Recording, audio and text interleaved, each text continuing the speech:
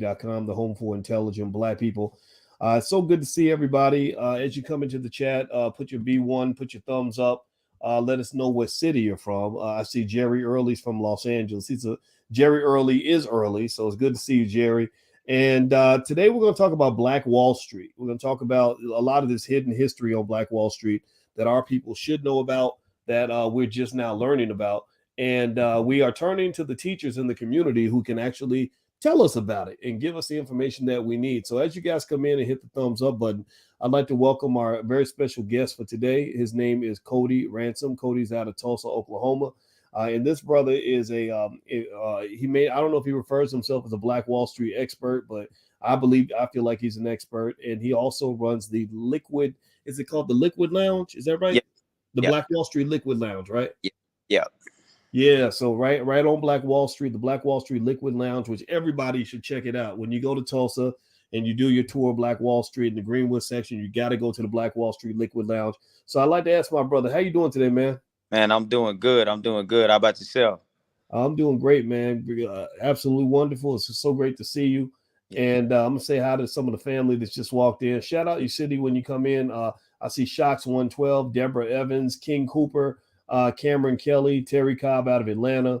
Good to see you. Byron Reeder, good to see you also. All right, so let's hop into the conversation, man. So just so y'all know, this brother Cody, he has agreed to come into the Black Business School and give us probably one of the most important history lessons that you'll ever get. I met Cody when I went to Black Wall Street and we did a tour. My brother wanted me to go on Cody's tour because he said it was so good. And I was just floored. I mean, I was floored because not just is the brother very knowledgeable about what he's talking about, but he also told me a lot of things about Black Wall Street that I didn't know, that I don't think most people know. And I'd like to ask you this question, man. So, Cody, how long have you been doing tours on Black Wall Street? I've been doing tours for about 3.5 years now. But I've been studying Greenwood probably a little bit over 25 years. So it's been a long time. Okay. And what are some of the reactions you've seen from people that have, when they get there and you tell them, let's start with the beginner. Let's talk about just folks that don't know nothing about what happened, the massacre. What are some of the typical responses you've seen from people when they get there and you do the tour and then they find out everything that happened to our people, what was taken, etc.? Yeah, the biggest reaction is really tears are the first thing you normally see. Just because we've heard about different Black towns being burned. It's just the method that was used in Greenwood was just so egregious. It's hard to really comprehend, what actually happened. But when you walk the streets, it does still have kind of a heavy feel to it when you're out there. So just knowing, like, how could I not have heard this? That's a comment I get a lot. We didn't learn anything about it, or that, I thought it was just this one street small race riot and that was it. So and then the biggest nugget that especially Black people never know is that Oklahoma was supposed to be the first all-Black state. So once they learn about the Black statehood and what Oklahoma was supposed to be, it throws people through a loop. And once they realize that, had this become a Black state, Tulsa was the oil capital of the world for a little bit over 20 years. So had it become a Black state before that, then all of that oil money and wealth would have been ours at that point. So we lost more than just Black Wall Street when we lost Greenwood, but Oklahoma in general was supposed to be for the Black people. So how many of y'all knew? Give me a yes or no in the chat. Everybody, give me a yes or no in the chat. How many of y'all knew that Oklahoma was supposed to be an all-Black state? How many of y'all knew that? I didn't know that. I had no idea that Oklahoma was supposed to be an all-Black state. And you're right. There's a lot of resources there. Now, let me ask you this, Cody. When they made the decision to not let Oklahoma be an all-Black state, was it because of the oil, or what was going on with that? The main thing was the oil. It was said that this was oil territory, and if Blacks were allowed to control the oil, we could cripple America's economy. So that was one of the biggest fears. It was President Harrison, and that would have been Roosevelt as well. E.P. McCabe is the one who filed the paperwork. He was from Kansas, but he filed the paperwork to apply for statehood, and it got all the way to a vote. And that's what ended up pushing the vote, was They didn't want black people to control the oil in the U.S. One of the fears is that we would sell the oil to rival countries, which geographically there's no way to get the oil over to Russia without going through Texas. But for some reason, that ended up being the excuse used. So that was 1906 when that was applied for. And then in 1907, a group of Klansmen applied for statehood, and that's when Oklahoma became a state in 1907. So, Real. Okay, wait. A group of Klansmen applied for statehood, and yeah. they formed the state based on the application from the group of Klansmen. And that's what ended up getting Oklahoma to become a state. So we still have quite a few black towns, but back then we had more black towns than anywhere in the U.S. Part of that reason was the five civilized tribes actually owned enslaved people too. So as those people earned their freedom, they became freedmen from their tribes, and they were given land allotments. So a lot of those land allotments ended up turning into black towns. So we had, I know Boley was the biggest one, but it's Boley, Redbird, Tallahassee, Renniesville, Tatum's, Clearview, Taft, Zion, Vernon. Yeah, there were so many of them just in this one territory. Mm. Okay, so that's heavy. You know, that's a see. So do y'all understand why I'm really happy to talk to this brother? I hope y'all get why. You know, this is the second time Cody's come in here, and this is obviously we all know that the Black Wall Street story is one that all of our kids need to know. You know, y'all need to stop letting the kids get educated on Black history by people who are not Black. Like that's the first thing, and, you know, and then the second thing is there's a lot of the story that just gets hidden. They buried it, you know, and so I think that before we go out celebrating what these rappers are doing, or these athletes, or what they're doing, or these comedians and what they're doing, we also need to listen to our teachers and those who have knowledge that they're passing on. And Cody's one of those guys. And so one of the things I want to let you guys know about that we're doing in the Black Business Schools, we partnered with Cody, and we're actually going to do a hidden history of Black Wall Street masterclass. It's a 4-week class you can sign up for. You can actually go to my website. I put the link right there at the top of my website. Just look for it right at the very top. You go to boycewatkins.com. I put it right there. We're going to get started in a few days. I want to say December 9th, if I'm not mistaken. Is that right, Cody? Yeah. Yeah, it's 4 weeks. The material is yours forever. And I want you to bring your whole family. I want you to bring your mama, your daddy, your sisters, your children, your cousin, them, everybody, because I guarantee you that when you hear this brother's entire layout of Black Wall Street, it's going to blow your mind. I don't care if you already think you know the story. You don't know the story if you ain't heard it from this brother. I'm telling you. So, Cody, let me ask you this question, man. What do you know about the civilized tribes? Yeah. I recall Dr. Claude Anderson kind of giving a sense that the five civilized tribes, that they had an interesting kind of almost peculiar connection to Black people in America. Can you kind of give us like your assessment on some of that? Yeah, so the five civilized tribes are who ended up settling here in Oklahoma, but they were considered to be civilized for two reasons. One reason was because they had given up the fight for their property in the East Coast. And secondly, because they practiced the business of slavery as well. So they enslaved African Americans too. So that's what actually made them civilized. So when they came to Oklahoma during the Trail of Tears, there were over 100,000 African American people who died during that Trail of Tears as well. So at the time, we were not allowed to be on horseback or in covered wagons. So during that walk from Georgia to Carolinas, Florida, Alabama, Mississippi, Black people made that same journey during the Trail of Tears. So here in Oklahoma, quite a few of the Black people are actually mixed. Almost all of them are either Creek or Cherokee or Choctaw or Chickasaw, Osage. So they didn't want Black people to stay on the reservations with them. So when you became a freedman, you were given land right outside of the reservation, which is why when you go to where the Black towns are, uh, they're typically pretty close to a reservation, a Native American reservation. So it was a way of not having to split the benefits. So a freedman wouldn't get the exact amount of land allotment that a full-blooded Native would, but you would get some, and you were entitled to that. So that's where Henry Dawes created the Dawes Roll, and from there, that was their way of tracking Native Americans. But that's where the $5 Indian thing comes in, where you could pay $5 to replace a black person on the Dawes roll. And so once you did that, you were able to take the land allotment that was supposed to be for that African American family. So it's quite a bit of Oklahoma was taken illegally, from natives, but also from the African American community that was here too. Hmm.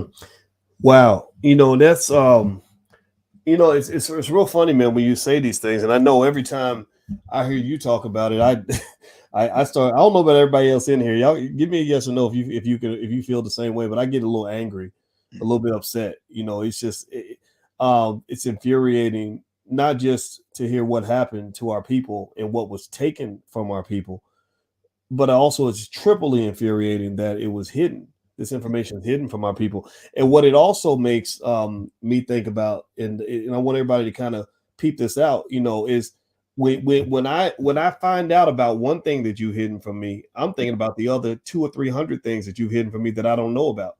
Yeah, Like it's like in your house, if you see one roach, yeah, they ain't no such thing as one yeah, roach or one rat. You yeah, got a whole nest. yeah, Like, yeah, yeah. yeah, yeah. So so let Yeah. me ask you this, man. And everybody, I'm speaking with Cody Ransom.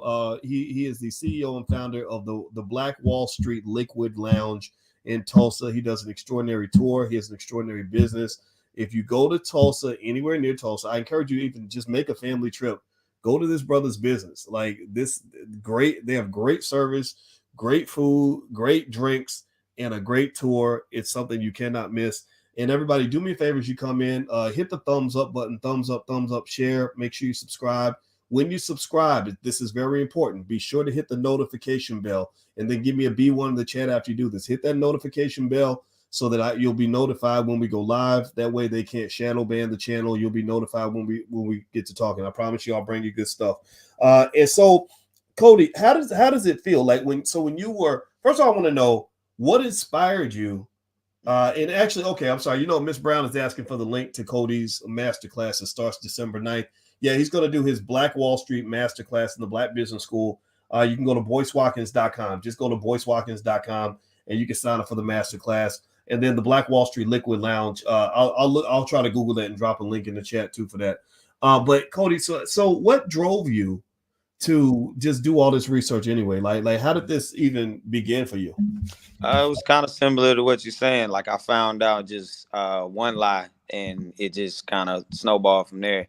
I grew up in Greenwood, so I still live about a mile and a half away.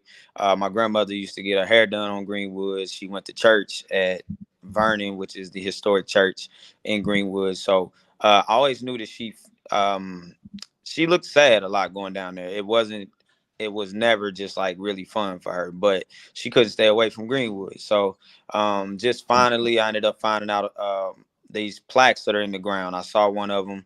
It was the Dreamland Theater. It was the very first plaque I'd ever seen. So I'm asking my grandma, like, well, there's never been a theater on the north side of town, and she's like, well, yeah, it was one. It was there back in the early 1900s, and then it got burned, and then it got rebuilt. And so then I'm like, oh, okay. So then what happened? She's like, well, they built that highway and they tore it down. So that's when I started. Okay, well, let me figure out what else got torn down. I watched a movie about Madam C.J. Walker, and then I happened to be on Greenwood again a couple of days later and saw a plaque that had Madam C.J. Walker's name on it. So she had a beauty parlor in Black Wall Street. So everything that I read about her in the movies never said that she had a beauty parlor in Greenwood. But there's one there, and it's on the monuments. It's a plaque for it. Mabel B. Little, which was one of the pioneers in Greenwood, she ran it. Madam C.J. Walker's Beauty Parlor. So from there, it just kind of snowballed into, okay, I'm gonna find a few businesses, figure out what they were. When I was a little younger, I wanted to recreate a couple of them, but then I started to see how many businesses it actually was, and then that's when I ran into the number 197. My grandmother finally told me there were 197 different businesses burned in Greenwood. So that's when I knew that I couldn't recreate the businesses of Greenwood. It was too many, but that kind of sparked it from there. And then there's a monument in Greenwood that has a list of insurance claims that people filed. I saw my grandmother's maiden name on it, so I asked her about that. And that's when she just casually was like, well, yeah, my uncle had a grocery store down there. and so Mm, now it got a little more personal. So then, before it was personal, I did a lot of research, but once it became full circle for me and my family, I kind of dove in a little more, and then that's when I started to find just Oklahoma history in general, and then all the other Black massacres that happened across the U.S. And so, again, once you open that door, I guarantee, like, you'll research the city you grow up in, and something similar most likely happened there, whether it's urban renewal or a massacre like Greenwood. mm. So it was almost like there was like a systematic nationwide effort to Mhm. really sort of undermine a lot of Black economic progress. But Yeah, particularly when it came to building those freeways, they yeah, always strategically built them through our neighborhoods. yeah. That's real interesting, man. So yeah, I'll tell you, man, it's such a interesting thing. And one thing that really surprised me was when I found out that a lot of local people in the Tulsa Greenwood area don't really even know the whole history of Black Wall Street. Has that gotten much better? I remember hearing this a few years ago, but is that Mhm. still true that that a lot of kids that are going to public school don't know a whole lot about what happened in their own community? Yeah, it's still true. Last year they passed a bill saying we could teach about Black Wall Street history, and then maybe 3 weeks after that, we our governor signed another bill about critical race theory. So technically, I'm a school teacher by day, and I can't teach Black Wall Street history in my classroom. If I do, I have to say Group A and Group B, and I cannot say what Group A or what Group B looks like. So it has to be completely subjective. The only way I could do it is if I knew. So Dr. A.C. Jackson was a prominent doctor here that was killed during the massacre. So I can mention Dr. A.C. Jackson's murder, but I can't say who did what, because I don't know the name of the person who did it, and I don't have. There's no court documents or anything to say that this person killed this person. I can say that he died and he was killed by a citizen of Tulsa. I just can't say what that person looks like. And if I do, as a school teacher, you lose your license to teach. You can be sued civilly, and your school can lose some accreditation. So it's a very big deal here. So right after we were approved to talk about it, that was put in place to where we couldn't. So even we can talk about the Holocaust in full detail, but you cannot talk about Greenwood's history at all. Hmm. Interesting. Okay, so I don't know about everybody else in here, but it sounds to me. So what Cody is saying, Cody Ransom, that's his name. He's the CEO of Black Wall Street Liquid Lounge, and we're talking about the Black Wall Street massacre. So it sounds to me like what Cody is saying is that they've been passing laws in his state and in other states that basically say in the public schools we can't really teach the whole truth about things that have happened to our people, things that are documented. I don't know about y'all, but give me a yes or no in the chat if you agree that means we need to really focus our energy on educating ourselves and educating each other. Give me a yes in the chat if you agree that this is what is required right now, that we absolutely must commit ourselves to educating ourselves and educating each other. Give me a yes in the chat if you understand that, if you agree. Also, give me a yes if that is what you're going to do. I need y'all to do this. See, I need y'all to understand you don't really need a public school system to teach you Black history. There's Black history all over the place. There's brilliant people like Cody and others out here that have all kinds of knowledge right there for you. I'm a professor. I have more education than 99% of the people that are teaching in the public school system. I'm here talking to y'all every day. So we have access to our own thinkers, our own scholars, our own leaders, and we have to pay attention to those individuals that have that information, have that knowledge. We got to pay as much attention to the Cody Ransoms as we do to the LeBron Jameses. No disrespect to LeBron. He can teach you to play basketball. Cody's going to teach you how to play how to play economic basketball, how to compete in the game of Black history and economics. Right? He's going to teach you all about Black Wall Street. So we need players on all positions in this game. And so Cody, so one of the things we're doing in the Black Business Schools, we are partnering with Cody on a very fairly priced masterclass that's going to literally break down over 4 weeks. He put together a whole curriculum that we're going to help him distribute to the community on exactly what happened in Black Wall Street. The fee is it's $199 for 4 weeks. The material is yours for life.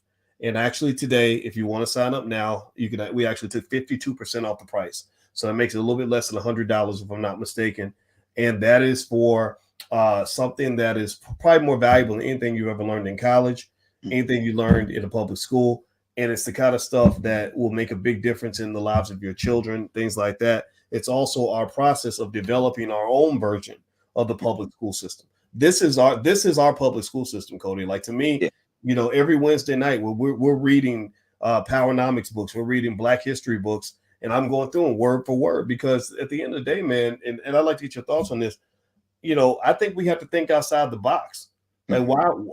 I don't really think we're ever going to get the truth inside a system anyway, not a system like that. What do you yeah. think? I think so. Because what when we teach Native American history, Native Americans have a form of reparation here in Oklahoma. So they're the only ones allowed to have casinos. All of the casino revenue goes to the tribes. No, you can't have a casino or a smoke shop in Oklahoma unless you're Native. So we can teach their history because they already have somewhat of a resolution to what happened to them. Um, Ours is still not solved, it's still not rectified, so our story is still unfolding. So I think that um with Black history, one of the reasons we don't teach it in school here is because of why they passed the critical race theory bill.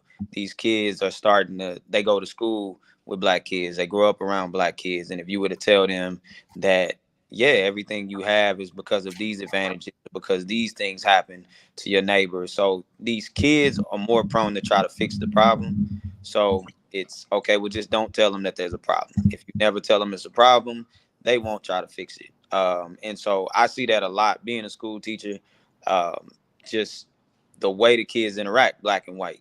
These kids are, like I said, they're listening to the same music, they're playing the same sports, they're hanging out together. So when one finds out that the other is dealing with an issue, the younger ones are wanting to find out how they can help. So I think it's definitely a system of, okay, well, let's not, let's keep them from that. And let's keep us from that. They used to say if you wanted to hide anything from Black people, you put it in a book.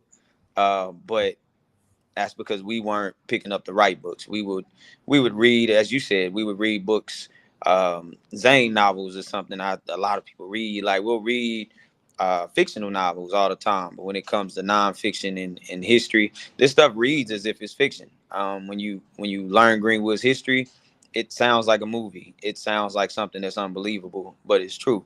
And to know that places like Lake Lanier, right outside Atlanta, that was a Black town too, and it's got a whole story attached to it, Oscarville, Georgia. So if you wanted to learn, and it's some sort of entertainment because you're reading it and it's unfolding like a movie. So I think that yeah, we owe ourselves that, and that's one of the things that my family, part of my family is African, and that's one thing that my African side always stressed was you'll never be able to tell them you don't know history.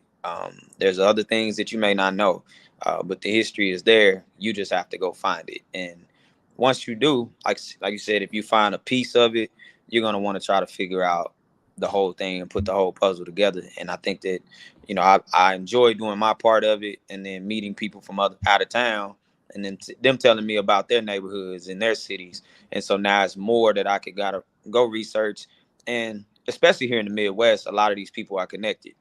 The people who founded Tulsa were Klansmen. Tate Brady was in East St. Louis in 1917. So 1917 is when the Red Summer starts in East St. Louis. So I haven't been able to find anything that says he participated, but he happened to be there at that time, and then he happened to be the person who lent his planes to the mob to bomb Greenwood. So finding these ties, it's like I haven't been able to definitively prove that he was participating in East St. Louis, but it's enough to find that he was there. And so we watch enough Criminal Minds and Law and Order, we could try to solve all these crimes. It's the same thing, man. We have so many different things that have happened to us.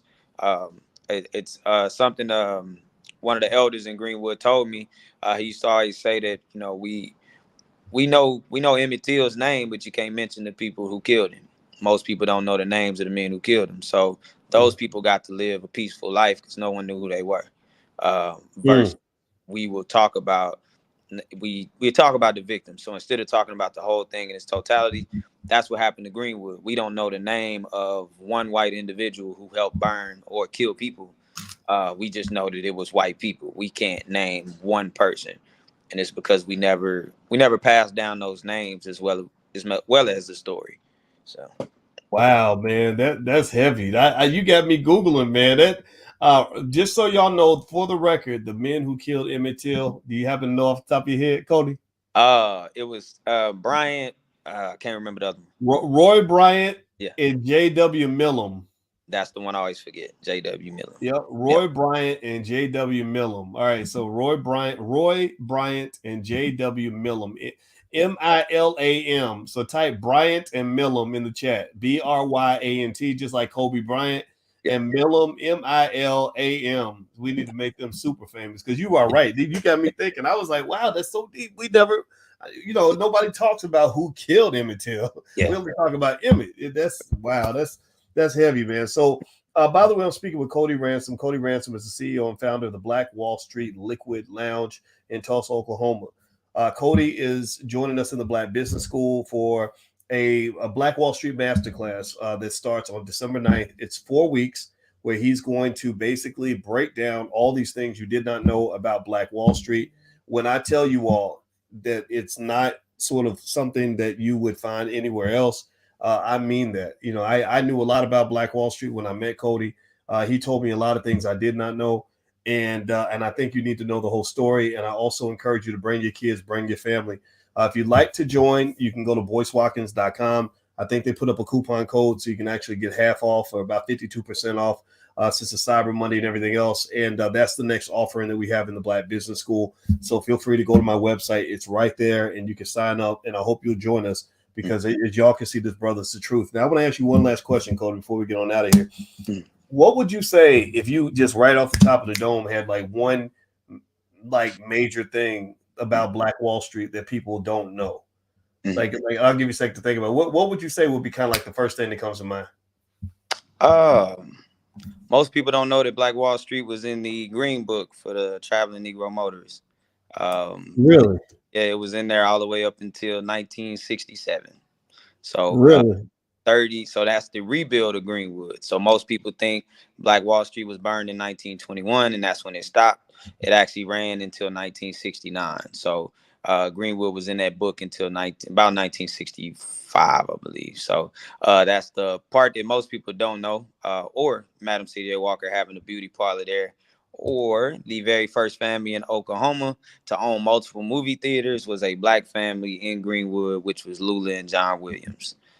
Wow, wow, wow. How cool is that? That Yeah. that I don't know about y'all, but that gives me pride. I mean, I know it's a tragic story, but it's great when you get to hear, really strong reflections of black communities and black economics and black people just, being successful and proud, even though it ended in tragedy. Some injustices occurred, but it does really put a new twist on history that goes beyond just saying, okay, black people, we were these broken, downtrodden ex-slaves, until white folks decided to let us, go to their schools and live in their neighborhoods. I don't want to hear all that, man. I want to hear, and I think the community's hungry for that. I think the community is saying, okay, there's got to be more to us than somehow just saying we were just all blessed with integration. Yeah. Not, you can think what you want by integration, but to me, that's not the ultimate blessing, because these other people, they're not my guides. So Yeah. you accepting me does not mean that was the greatest thing I've ever accomplished. That we've accomplished as a people. No, we've accepted ourselves, and we did that long before anybody else accepted us. And I think it's important to talk about that, to honor our ancestors, man. So I want to say thank you, Cody, for doing what you do, man. This is excellent stuff, brother. Yeah, no problem. And also, I know with the business class, the way it works too. If you do get it, if you ever come to Tulsa, Oklahoma, I give you a free tour. So it's Okay. part of it. It's all you have to do is just let me know when you're coming, and I'll schedule a time out, and we'll do the walking tour together. So it's like I said, I like to treat everybody who comes to the wood, as we call it. I want to treat you like family. So uh, we'll have a drink, have something to eat, and then head out and take a look at it. So There you go. I love that, man. I think that's great. So yeah, so it's y'all family. So if you join the class and go through Cody's digital class, which happens on December 9th, I put the link on my website, boycewatkins.com. It's right there at the top. You can go sign up right now. Cody has said it. I didn't even know he was going to say this, but you go up there, he'll give you the free walk-in tour. And I'm telling you all, I'm giving you like a complete unconditional endorsement and letting y'all know it'll blow your mind. And if it doesn't, I like there's no way it won't. Like it was that good. And I wouldn't say that if I hadn't experienced that myself. So thanks a lot, Cody, man. It was great to see you again, brother. you too, brother. Appreciate it. Absolutely. All right, everybody, please have a good night. And it was great talking to y'all. And I'm going to check back in with y'all a little bit later. And don't forget, the class starts December 9th, and it is called The Hidden History of Black Wall Street. And it's 4 weeks. All the material is yours for life.